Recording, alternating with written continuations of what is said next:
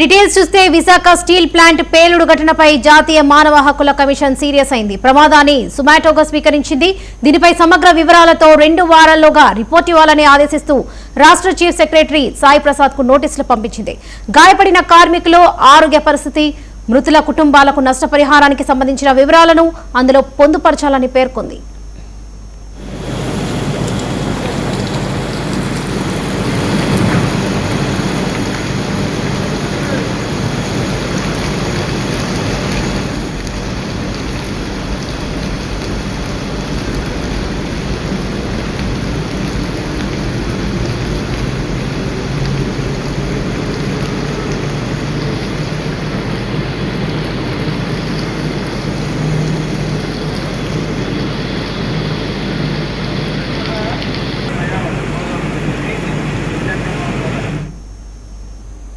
Visakha steel plant పేలుడు ఘటనపై జాతీయ మానవ హక్కుల కమిషన్ సీరియస్ అయింది. ప్రమాదాన్ని సుమాటోగా స్వీకరించింది. దీనిపై సమగ్ర వివరాలతో 2 వారాల్లోగా రిపోర్ట్ ఇవ్వాలని ఆదేశిస్తూ రాష్ట్ర చీఫ్ సెక్రటరీ సాయి ప్రసాద్ కు నోటీసులు పంపించింది. గాయపడిన కార్మికుల ఆరోగ్య పరిస్థితి, మృతుల కుటుంబాలకు నష్టపరిహారానికి సంబంధించిన వివరాలను అందులో పొందుపరచాలని పేర్కొంది.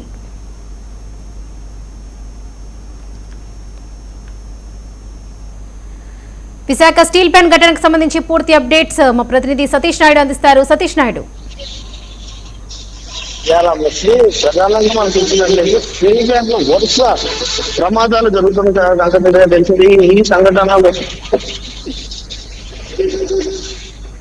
వరుస ప్రమాదాలపై జరుగుతున్న నేపథ్యంలో మరణాలు జాతీయ మానవ హక్కుల కమిషనర్ ఎన్ఆర్ఎస్ఐ చాలా సీరియస్ గా తీసుకొని నిరంతరం భద్రతల లోపాలతో కార్మికుల ప్రాణాలు గాల్లో కలిసిపోతున్నాయని ఆగ్రహం కూడా వ్యక్తం చేసింది.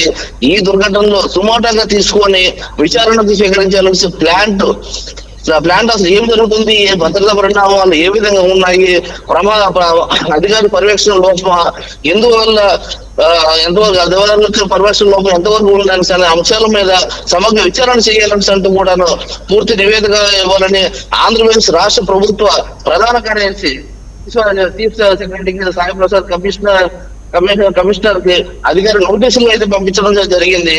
అయితే ప్రమాదం తీవ్రతగా గాయపడి ఆసుపత్రిలో ప్రాణాలతో పోరాడుతున్న కార్మికుల పరిస్థితి ఏ విధంగా ఉన్నాయి, ఆరోగ్య పరిస్థితి ఎటువంటి పరిస్థితుల్లో ఉన్నారు, వారికి అందుతున్న వైద్యం వరకు సురక్షితంగా ఉందా, మరణించిన కార్మికులకు ప్రభుత్వం ఎలాంటి ప్రభుత్వం మరి యాజమాన్యం ప్రకటించిన నష్టపరిహారం, ఇన్సూరెన్స్ మరియు ఉద్యోగ నియమాలను సంబంధించిన వివరాలు రిపోర్టుల ప్రకారం పొందుపరచాలని హెచ్ఎస్సిఎస్ ఆదేశాలు జారీ చేసింది. దాని కొంతకాలంగా స్టీల్ ప్లాంట్ జరుగుతున్న కేవలం ఎస్ఎంఎస్ లోనే మనం చూసుకున్నట్లయితే గత సంవత్సరం కూడా కేవలం ఎస్ఎంఎస్ లోనే ఎక్కువ విభాగాల్లోనే ల్యాడర్ లీకేజీ పేలుడు సంభవిస్తున్న పరిస్థితి మనకు తెలిసిన విషయమే.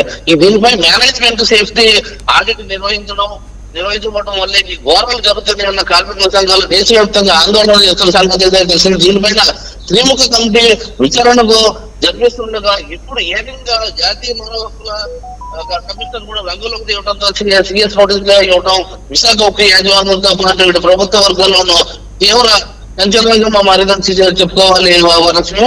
అదే విధంగా మొత్తం చూసుకున్నట్లయితే మన మరణాల ప్లాంట్ లో జరుగుతున్న లోపాలు ఎక్కడ జరుగుతున్నాయి, సేఫ్టీ అనేది ఎందుకు నిర్వహించట్లేదు, అధికారుల నిర్లక్ష్యం ఎంతవరకు ఉంది, ప్రమాదాల్లో తీవ్రంగా గాయపడిన ప్రస్తుత ఆసుపత్రులు కోరుకుంటున్నారు. ఇప్పటికే 9 మంది మృత్యువాత పడిన సంగతి తెలిసిందే. మిగిలిన 5గురు కూడాను అయితే 5గురిలో 2 పరిస్థితి అయితే చాలా క్రిటికల్ చెప్పుకోవచ్చు. అయితే దీని మీద ప్రధానంగా మనకి ఎటువంటి సమస్యలు కావాలి, 2 రోజుల మీద నివేదిక ఇవ్వాల్సినట్టు కూడా చాలా సీరియస్ అయిన పరిస్థితి కనిపిస్తుంది. Right Satish Naidu, thank you.